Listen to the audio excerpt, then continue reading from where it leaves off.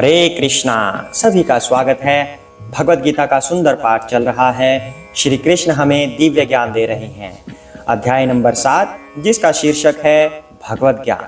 तो श्री कृष्ण हमें बता रहे हैं कि जो व्यक्ति जिस देवता की पूजा करता है वह उसी लोक को जाता है। जो व्यक्ति मेरी पूजा करता है वह मेरे परम धाम को जाता है। तो ऐसा नहीं है कि कोई किसी की भी पूजा कर ले, सब एक ही हैं, सब एक नहीं होते। एक तो सिर्फ भगवान है, स्वयं भगवान श्री कृष्ण, वो ही परम भगवान हैं। बाकी सब देवता लोग होते हैं जो भगवान की सेवा करते हैं, जिनकी पूजा इंसान करता है कुछ ना कुछ भौतिक लाभ के लिए।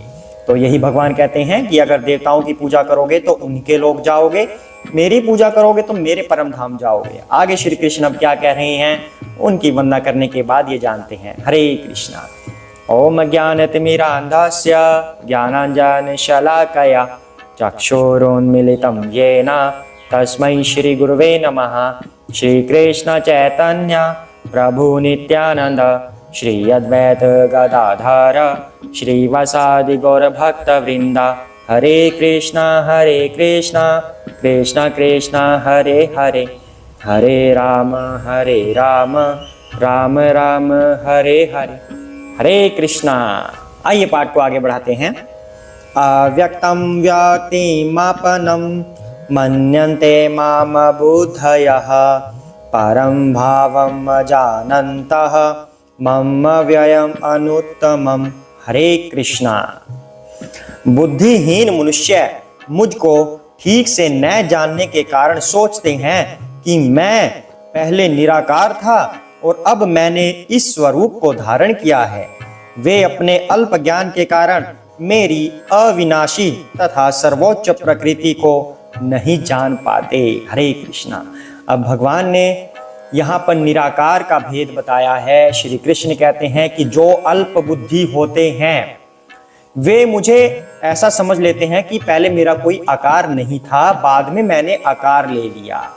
बाद में कैसे कि जैसे श्री राम आए, श्री कृष्ण आए, ये बाद में अपना रूप लेकर आ गए, लेकिन वास्तव में ये क्या है? ये निराकार हैं, इनका कोई आकार नहीं है।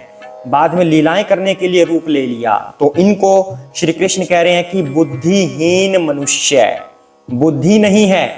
श्री कृष्ण श्री राम ये कभी जन्म नहीं लेते। पहली बात तो ये है कि इन्होंने अब रूप ले लिया। ये प्रकट होते हैं, आते हैं, जाते हैं, प्रकट या अप्रकट होते हैं।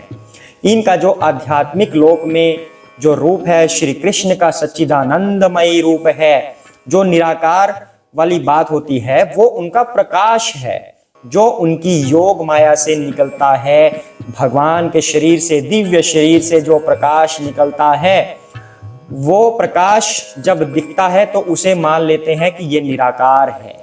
जबकि श्री कृष्ण का एक साकार रूप है, साकार से ही निराकार हमेशा आता है। एग्जाम्पल के लिए सूर्य का जो प्रकाश आता है, जो वो प्रकाश है वो निराकार होता है, आकार नहीं है।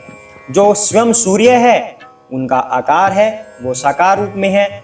इसी तरह फ्लावर होता है, फूल की जो खुशबू होती है उसका कोई आकार नहीं होता, वो निराकार है।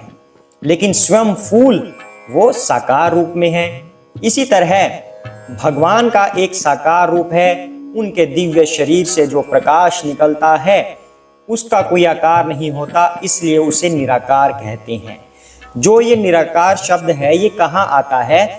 ये जो 4 पर्दे बताए थे ना भगवान ने, रजोगुण, तमोगुण, सतोगुण, और उसके बाद योग माया, जो योग माया वाला पर्दा होता है वो निराकार रूप को प्रदर्शित करता है, जो भगवान को ढके रखता है। इसकी पुष्टि भगवान नेक्स्ट श्लोक में करेंगे।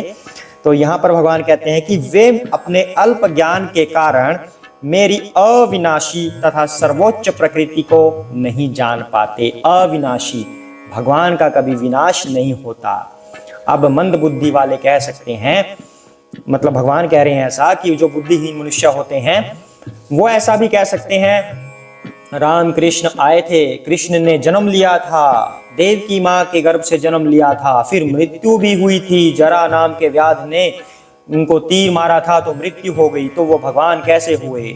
हाँ, राम कृष्ण एक महान राजा हुआ करते थे, लेकिन वो भगवान नहीं है। भगवान तो वही ज्योति है बस। No no no. Shri Ram Shri Krishna हमेशा प्रकट होते हैं लीलाएं करने के लिए, ना कि वो जन्म लेते हैं। ऐसा तो हम जैसे मंद बुद्धि लोगों को दिखता है कि उन्होंने जन्म लिया है, पर वो कभी जन्म नहीं लेते। वो सिर्फ प्रकट होते हैं लीलाएं करने के लिए, फिर अप्रकट होते हैं, ना कि मृत्यु होती है। वो तो पहले भी थे, आज भी हैं, आगे भी रहेंगे। चैप्टर 2 में भगवान ने ये बोल रखा है कि मैं हमेशा से हूँ। हरे कृष्णा। नेक्स्ट श्लोक में देखते हैं भगवान क्या कह रहे हैं इसी संदर्भ में। नहं प्रकाश सर्वस्य योगमाया समावृतः मूढ़यं नभिजानाति लोकमामजमव्ययम्। हरे कृष्णा। मैं मूर्खों तथा अल्पज्ञों के लिए कभी भी प्रकट नहीं हूँ। उनके लिए तो मैं अपनी अंतरंग शक्ति द्वारा आच्छादित रहता हूँ, अतः वे ये नहीं जान पाते कि मैं अजन्मा तथा अविनाशी हूँ। अब भगवान ने और भेद खोल दिया अपना। तो भगवान यहाँ पर कह रहे हैं कि मैं मूर्खों या अल्प बुद्धि वालों के लिए ही ऐसा प्रतीत होता हूँ कि जन्म मृत्यु हो रही है, जबकि ऐसा नहीं है। मैं प्रकट होता हूँ और अप्रकट होता हूँ। कह रहे हैं कि मैं अपनी अंतरंगा शक्ति द्वारा आच्छादित रहता हूँ। अंतरंगा शक्ति भगवान की कौन है? योग माया है।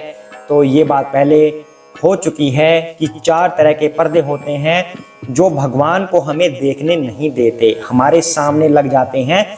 तमोगुण का, रजोगुण का, सतोगुण का। 3 पर्दे ये हो गए जो भगवान की भौतिक शक्ति होती है, भौतिक माया जो होती है भगवान की, या बहिरंगा शक्ति बोल सकते हैं, महामाया बोल सकते हैं। महामाया के द्वारा भगवान हमें नहीं दिखते। दूसरा योग माया का पर्दा फिर आगे आ जाता है, वो भगवान की अंतरंगा शक्ति है। योग माया से प्रकाश आता रहता है, दिव्य प्रकाश आता रहता है, उस वजह से हम भगवान को नहीं देख पाते। अगर हमें भगवान को देखना है तो भगवान के जप करना होगा, भगवान का अधिक से अधिक नाम उच्चारण करना होगा, तब वो पर्दा हट पाएगा, अन्यथा नहीं।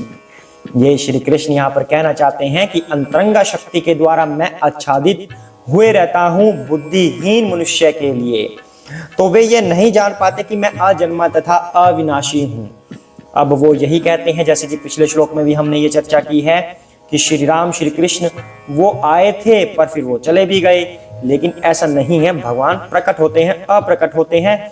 जब हमने यहाँ पर देखा, यानी कि जो लोग कहते हैं ऐसा, तो इस ब्रह्मांड में भगवान लीला करने आए, यहाँ से अप्रकट होकर फिर किसी दूसरे ब्रह्मांड में चले गए।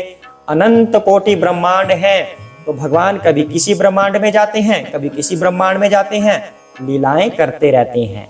जैसे सूर्य होता है, सूर्य दिन में तो हमारे पास होता है, जब हमारे यहाँ रात होती है तो अमेरिका में उस समय पे सूर्य चमकता है। जब हमारे यहाँ रात होती है, तो जब हमारे यहाँ रात होती है तो ऐसा कहते हैं कि सूर्य मर गया।